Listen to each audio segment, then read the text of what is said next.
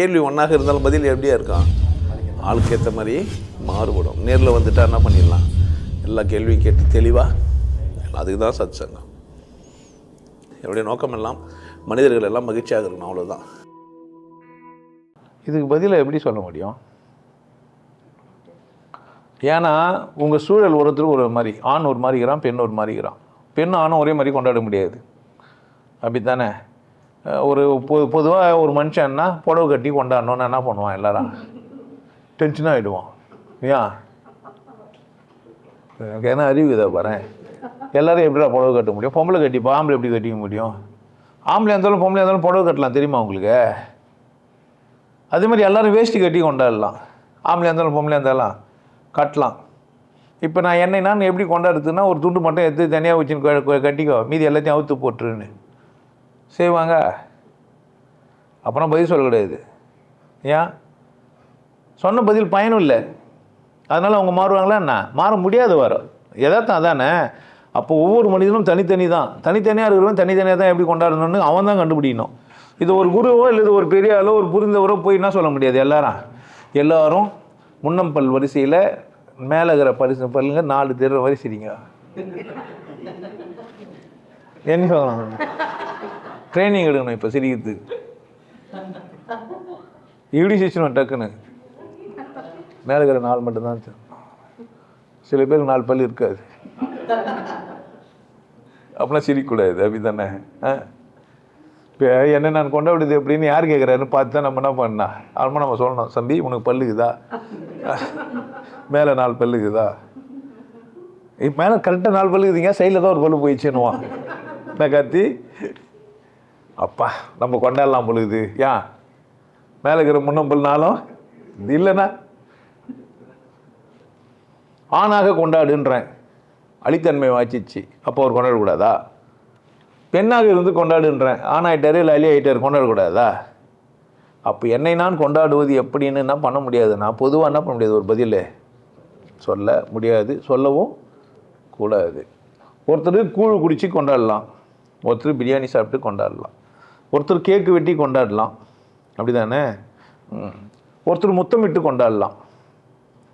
நான் ஒரு new year முத்தத்திலே கடந்தேன். அந்த பெல் அடிப்பாங்களான்னு காத்துருந்து ஆரம்பித்து பெல்லு முடிகிற வரைக்கும் அப்படியே வாய் மேலே வாய் வச்சிங்கன்னா அப்படியே இந்த புது வருஷத்தில் நம்ம 2 பேரும் வந்துட்டு அதெல்லாம் பார்த்தா காணும். இப்போ என் பன்னாடி கேட்டேன்னா யாரா அதுன்னு கேட்டாலும் கேட்பாங்க.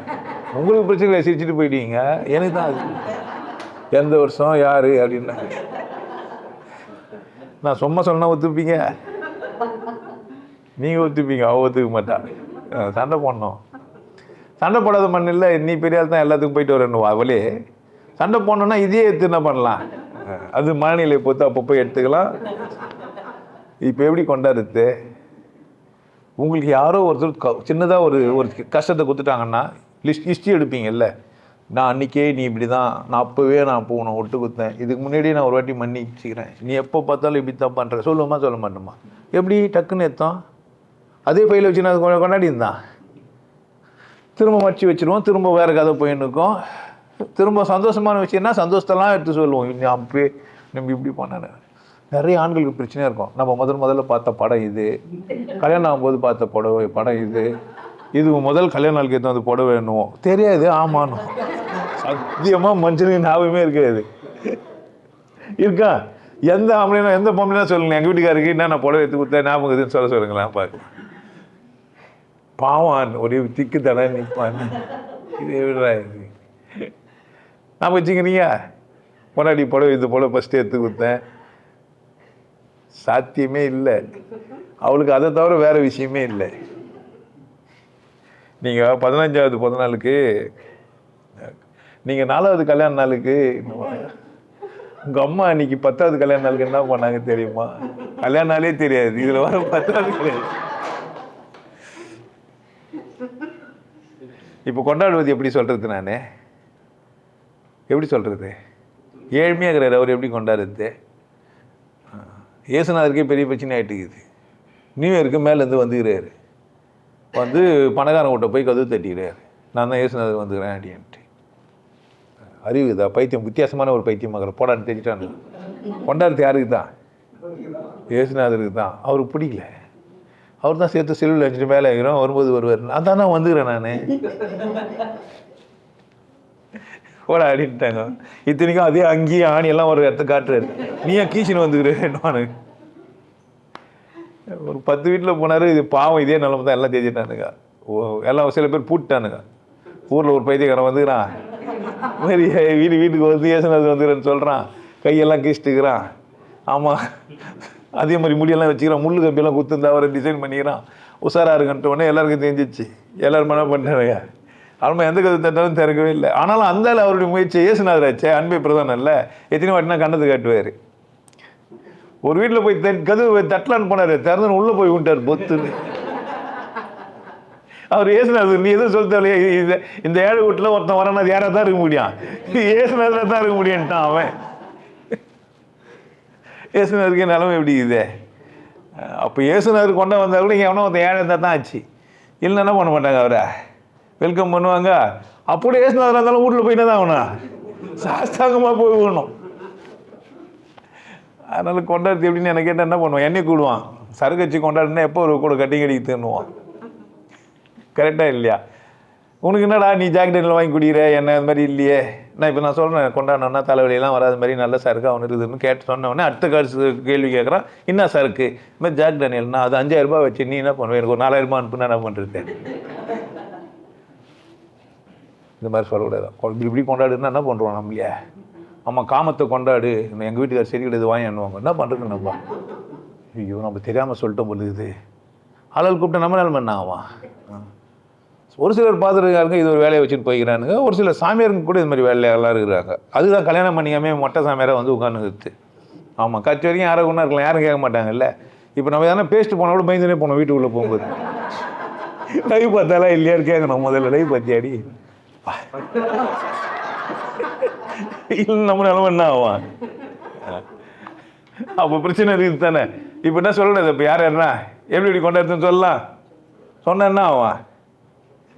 அந்த சிவனை பித்தான் என்ன பண்ணிட்டுக்கிறான், வரம் கொடுத்துட்டுக்கிறான். நீ யார் தலைமையில் வச்சாலும் ஆமாம் சுக்குனர் ஆகிடுவேன், கொண்டாட ஆகும் தலையை பார்க்கட்டும். நீ பேர் வர சிவா, நம்ம வரம் கொடுத்தா என்ன ஆவான்? அப்புறமா கிருஷ்ண பரமாத்மா அவனா மோகினேசன் வச்சா அவனை கூட போய் ஒரு புள்ள பேத்துருவோம் நம்ம. அது ஒரு பிரச்சனை. ஆம்பளை இருந்தாலும் விட்டு வைக்கிறது இல்லை, மோகினி வேஷம் போட்டான்ட்டு. அப்படி தானே வா கையிலே பிடிச்சிக்கோ பிள்ளை பேத்துக்கலாம் கையப்பேன். அவனுமா கையப்பன் தான் ஐயப்பன் ஆயிடுச்சுன்ட்டானுங்க. தெரியுமா ஐயப்பன் எப்படி வந்துன்னே? ஆம்பளைக்கும் வந்தவனே ஐயப்பா அது கருப்பு சட்டை போட்டுன்னு ஜால்ரா தட்டணும். இதெல்லாம் நான் கேட்டுக்கிறேன், இது மாதிரிலாம் சொல்லி எல்லாம். இப்போ எப்படி கொண்டாடினா இது மாதிரி ஊரில் போய் ஜாதி இல்லைன்னு சொல்லிட்டு கடவுள் இல்லைன்ட்டு என்ன பண்ணான், ஜால்ரா தட்டுன்னு கருப்பு சட்டை போட்டு கொண்டாடலாமா இல்லையா? கொண்டாடலாம். இஸ்கானில் போய் சேர்ந்துட்டு காவி கலர் ட்ரெஸ் போட்டு மூளை வச்சு என்ன பண்ணலாம், ஹரே கிருஷ்ணா ஹரே கிருஷ்ணா இப்படியும் கொண்டாடலாம். ஆமாம், எதுவுமே இல்லை சுடுகாட்டில் எவனா சாவறானான்னு பார்த்துட்டு கட்டிங் போட்டு பணம் தூக்கின்னு போகும்போது கூட போய் குத்திட்டு வந்துடலாம். கேட்கப்பாங்க யார் நீ கூத்தார வந்து போனதுன்னு கேட்பாங்க. அப்படியும் கொண்டாடலாம். கொண்டாடணும் அவங்க மொத்தத்தில் எப்படி கொண்டாடலான்னு கேட்க, எப்படி கொண்டாடலான்னு மட்டும் என்னை கேட்கக்கூடாது. ஏன் எப்படி வேணால் கொண்டாடலாம். எப்படி கொண்டாடுறதுன்னு கேட்டால் நான் என்ன ஆவேன்? இப்போ யாரா சாவா எப்படா கூத்தாடலான்னா நான் என்ன பண்ணுறது? அதுலேயும் ஒரு ஆபத்து இருக்குது. ரொம்ப சாதாரண வச்சுருந்தானே எவனோ சேர்த்தா நம்ம போய் ஆடலான்னா டெய்லியுமா சாப்பிட்றானுங்க, சாக மாட்டேன்றானுங்க, எப்பனா தான் சாப்பிட்றானுங்க. ஏன் இருக்குதே 4 பேர் தான் குடும்பத்தில், ஒரு 6 பேர் 8 பேர் தான் இருப்பாங்க அதிகபட்சமாக. டெய்லியும் ஒருத்தர் சேர்த்தா 8 நாளில் முடிஞ்சிடாது, முடிஞ்சிடும். வருஷத்துக்கு ஒருத்தர் சாப்பிட்றான் நினைக்கிறீங்க?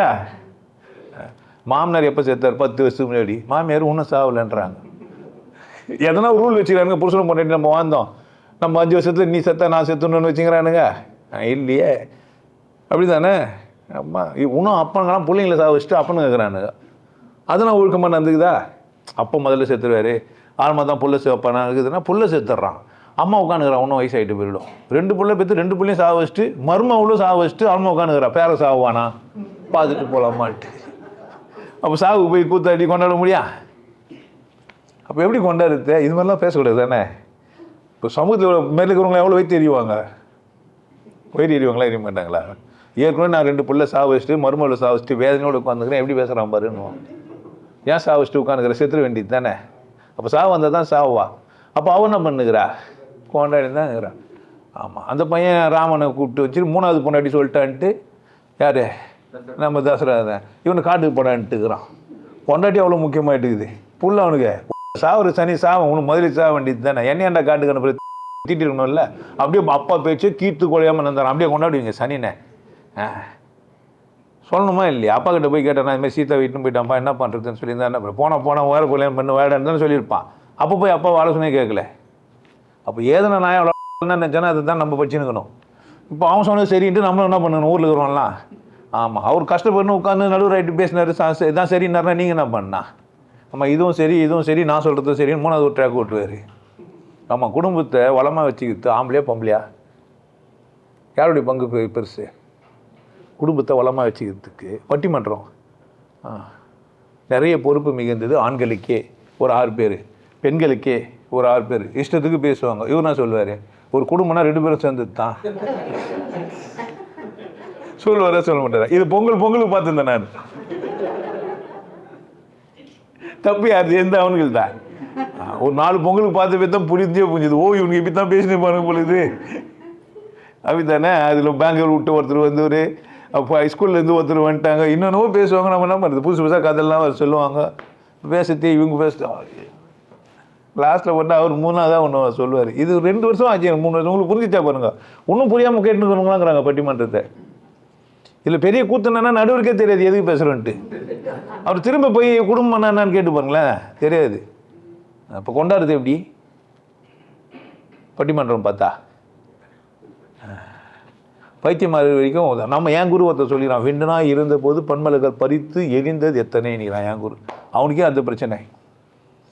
அப்போ முட்டலாக இருக்கும்போது வேறு மாதிரி கொண்டாடிக்கிறான், கொஞ்சம் புத்தி தெரிஞ்சவொன்னே வேறு மாதிரி கொண்டாடிக்கிறான். இப்போ நம்ம என்ன சொல்லலாம்? பாரு பூவெல்லாம் போட்டு கொண்டாடி எங்கள் குரு என்ன பண்ணிக்கிறாரு இப்படித்தான். இப்போ அது மாதிரிலாம் பூ போடாதுன்னா இங்கேயும் யாரும் வரமாட்டாங்க.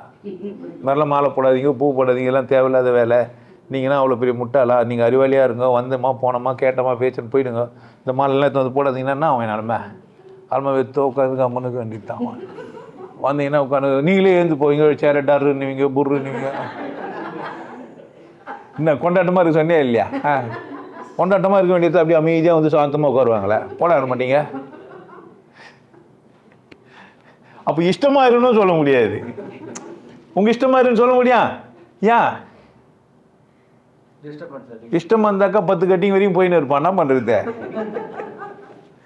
கொண்டாட்டத்தை என்ன போடுறது, மாட்டிப்போம். நல்ல கேள்வி மாதிரி இருந்து அப்படி தான் கொண்டாடணும்னா காலையில் எழுந்துன்னு குங்குமம் வச்சுக்கணும், பட்டை வச்சு அரகர சங்கர சிவ சிவ சங்கர அரகர சார்.